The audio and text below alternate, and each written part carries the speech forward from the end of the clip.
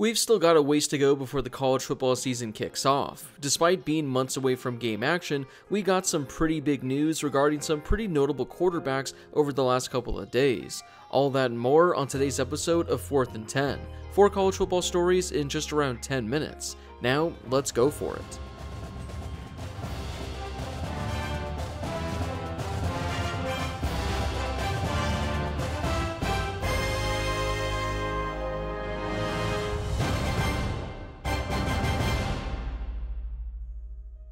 Before we get to today's video, don't forget to hit that subscribe button and turn on those notifications if you're new to my channel. If you're watching this video, odds are you love college football, and odds are you aren't subscribed to my channel, so make sure to subscribe to one of the best college football communities here on YouTube. One of the top quarterbacks in college football is making great progress from returning. Utah quarterback Cameron Rising missed all of the 2023 season after suffering an ACL injury in the 2022 Rose Bowl. Well, it sounds like he's right on schedule with his comeback. Rising led the offense for 3 series in Utah's spring game this past weekend. He threw for 200 yards with 2 touchdowns while completing 15 of 19 passes. It's pretty easy to forget just how good he's been during his career because it's been over a year since we've seen him play. From 2021 through 2022, Cam Rising threw for 5,500 yards with 46 passing touchdowns. He also added 1,000 yards on the ground with 12 rushing scores as well. Overall, this is going to be his 6th season with the program. Here's what Utah head coach Kyle Whittingham said to reporters. He had a good pocket presence to him, went through his progressions quickly, and got the ball out on time. Couldn't have asked anything more than what he gave us today. Cam did not miss 1 minute of spring ball in any way, shape, or form. He was back to his old self. Rising took a medical redshirt last season after he tore his ACL, MCL, and meniscus in his knee during the 2023 Rose Bowl. There was hope that Rising would return to action at some point early in the season, but he was shut down in October of 2023. His knee is finally healthy again after a long rehab, and it looks like if things go according to plan, Rising is going to be starting game 1 of the season for the Utes. We saw Utah struggle last season without Rising at quarterback, and with the move to the Big 12, the Utes can be a threat to win the conference if he's healthy and ready to roll. Speaking of injury updates, it sounds like Florida quarterback Graham Mertz is making some solid progress as well.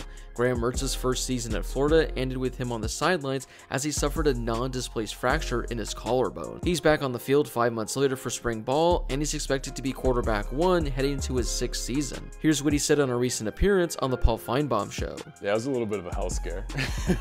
I've never broken a collarbone before, but I'm doing great, man. I'm doing great. It's my first time really getting hurt in college and taking a step back and being on the sideline for a game and having that experience. So for me, it really made me grateful for every day waking up and being able to do what I love to do. And you feel blessed every day because you're living out your childhood dream, and you wake up every day refreshed. So it's been fantastic. Now, I will say, Graham Mertz really did surprise me last season. I thought he was horrible when he was at Wisconsin, and I wasn't expecting much from him with the Gators. But he actually looked like a decent quarterback last year. He completed 73% of his passes, throwing for just under 3,000 yards with 20 passing touchdowns and only 3 interceptions. Sadly though, his season came to an end against Missouri in November when he injured his collarbone after rushing for a first down in the 3rd quarter. Yeah, I mean, it hurt when I broke it, but the worst thing was sleeping for the next 2 months, man. I mean, you're sleeping in a sling like this straight up. So I had probably a span of a month where I was catching up on sleep after that. Wow. Florida also has quarterback recruit DJ Lagway, who is one of the top quarterback recruits of his class. If Graham Mertz is healthy, he's going to be the quarterback 1. But having a highly touted quarterback waiting in the wings could make things a little bit interesting this year if he struggles. There have been so many quarterbacks that have transferred this offseason, it's honestly hard to keep track of them all. In case you forgot, a big one that happened early on was former Coastal Carolina quarterback Grayson McCall transferring to NC State.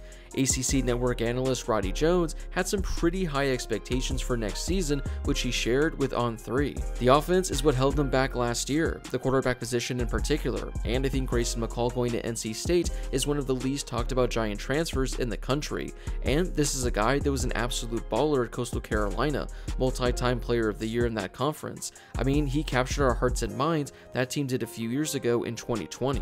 McCall led Coastal Carolina to an 11-1 campaign his first season. season. He was named the Sun Belt's Conference Player of the Year 3 separate times.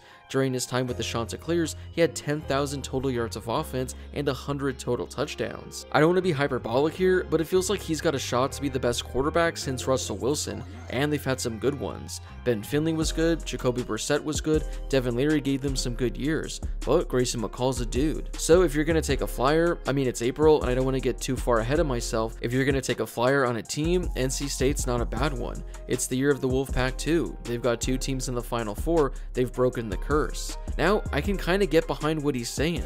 Those quarterbacks he mentioned were solid with the Wolfpack, but there's definitely a chance that Grayson McCall can be the best of the group. Speaking of Roddy Jones, he was high on another quarterback as well, this one being transfer quarterback Tyler Shuck, who transferred to Louisville after spending time at Oregon and with Texas Tech. It intrigues me because the flashes of Tyler Shuck that we've seen give them a higher ceiling than what Jack Plummer gave them.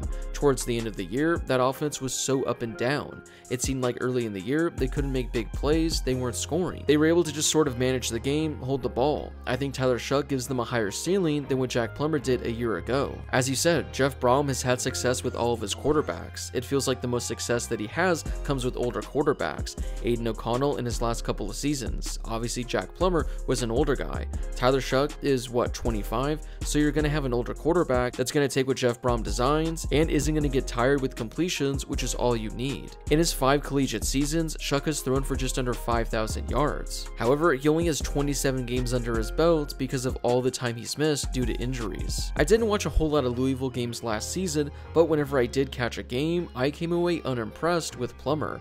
I've seen Shuck look really good at times, so I do think this is going to be a pretty big upgrade for the Cardinals. Well, that wraps it up for today's episode of 4th and 10.